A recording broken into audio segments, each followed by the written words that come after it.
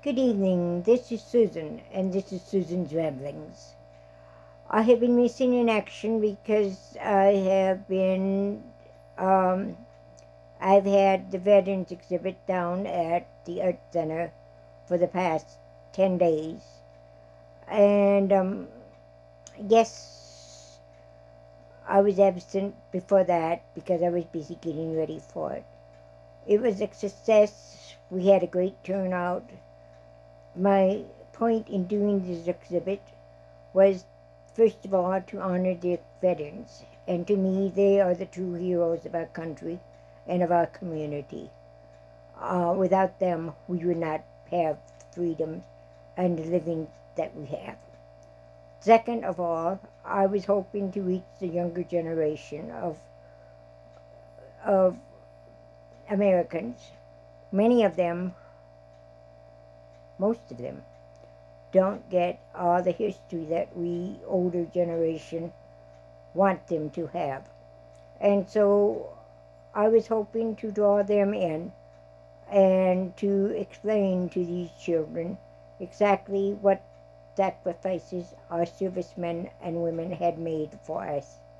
And that was a success also. The schools, our local schools, sent in,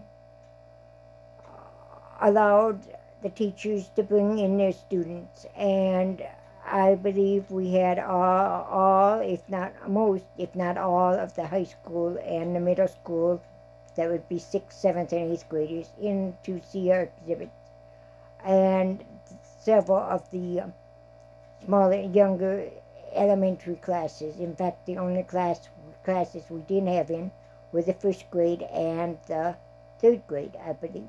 All the other classes were in, and that includes 2 or 3 classes of each grade. The high schoolers, of course, were laid back. Nothing really gets them too excited. But since our emphasis this year was on the Vietnam credit, um, on the Vietnam conflict, I had a pops quiz on Vietnam, and when they started to um,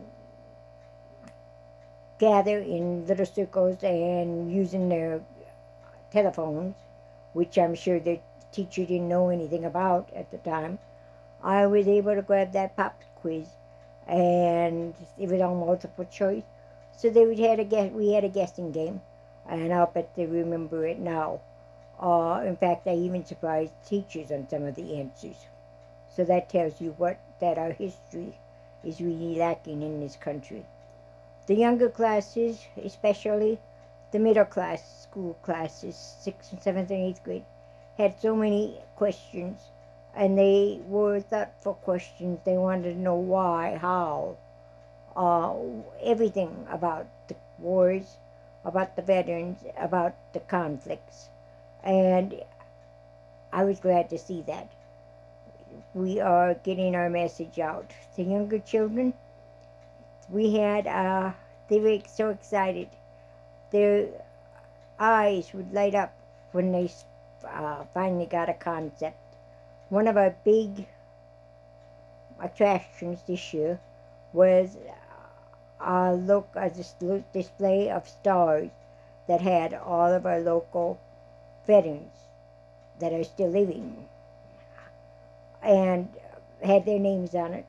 And as I greeted each class and I told them a couple of stories, then I sent them to the star tables and told them to find their moms or their dads or grandparents or neighbors or relatives or anybody's name on there. And they would be the veterans that are still living here in Day County. They've got so excited when they found their mom's or dad's name, and they'd come rushing up to me and say, I found mom's name, I found dad's name. In fact, one little boy grabbed me by my hand and took me over to the what we called the Purple Hearts wall, which um, had hearts on it, and it was all the uh, servicemen and women who had been wounded during a conflict, during a war. And he said, this is my grandpa's name. I'm going to ask him what happened. and he was so excited. Another little boy came up to me, and we had told him the story of our told them the story of our Medal of Honor recipient in Dade County. And we had his story along with other stories out on the table. And this little boy came rushing up to me and he said, "My birthday is the same day as Mr. Kibos."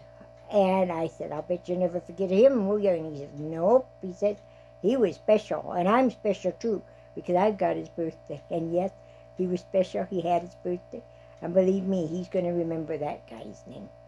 So anyway, now that I'm back to normal, or my life is back to normal, I won't be at the art center 8 hours a day, every day for, well, it's been too long.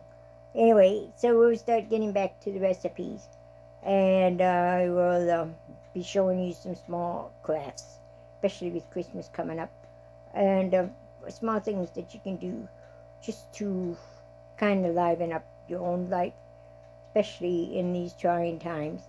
We've got a blizzard out in our area today. It's kind of calmed down now, but tomorrow it's supposed to be start out with rain, and then turn to snow, and then turn to rain again. And in our area, with all the cold weather we're going to have, once that rain comes down, it's going to turn to ice, and the ice doesn't go until spring, basically. So we're going to have an icy, cold day tomorrow. Hopefully we'll keep our electricity. If not, well, I'll see you when it comes back. Have a great day. Have a great weekend. God bless you. And we'll see you in a couple of days. Bye-bye.